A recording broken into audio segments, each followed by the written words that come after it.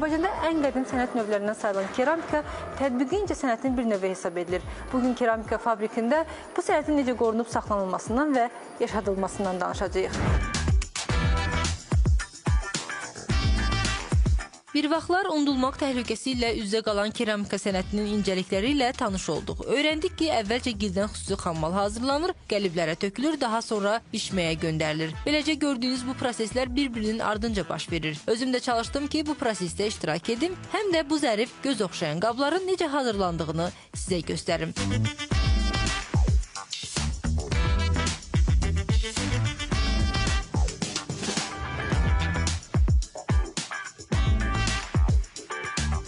Gördüyünüz kimi qəlblənmə otağıdır. Qəlbdən çıxan bütün qablar burada formaya verilir, yenidən bişməyə qoyulur. İndi ustamız bizə bu haqda daha ətraflı məlumat verəcək. Buyurun. Çöldə gördüyünüz kimi pişinik hazırlanır.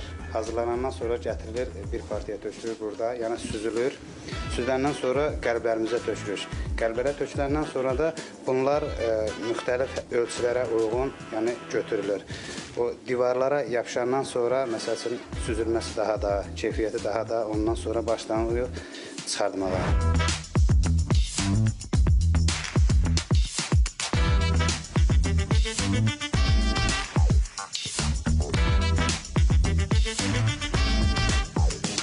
Burada qəlblənmə otağıdır, amma burada proses bir qədər fərqlidir. İndi xanım bizə başa salacaq ki, burada hansı proses gedir.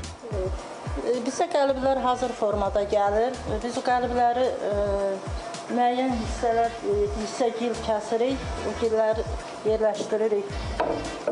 Aparatın köməyi ilə işə salırıq. Burada xanımlar bişmədən çıxıb gəlmiş qabların üzərində rəsm əsər çəkirlər. İndi maraqlanacaq görək hansı mövzuda işləyirlər. Daha çox nar mövzusu olur, milli şeylərə üstünlük verilir. Ən çox işlədiyim belə nar mövzusudur.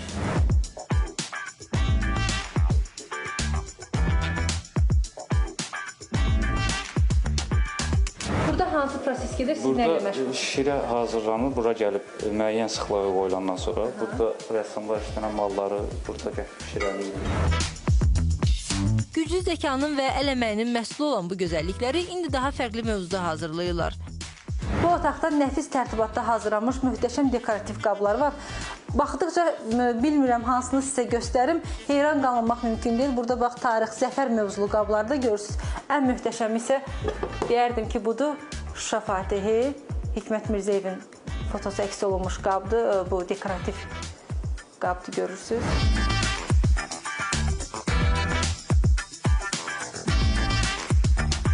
Sənətin öz xüsusiyyətləri var, özəllikləri var, xüsusi kadrlara ehtiyac var. Ondan sonra bu işi bilən insanlar model yaradılması, forma yaratmaq baxımından, texnoloji baxımından, rəngkarlıq baxımından bu sənətin də öz xüsusiyyətləri var. Təbii ki, bu xüsusiyyətlərin bir çoxu ənənə şəklində nəsildən nəslə ötürülür.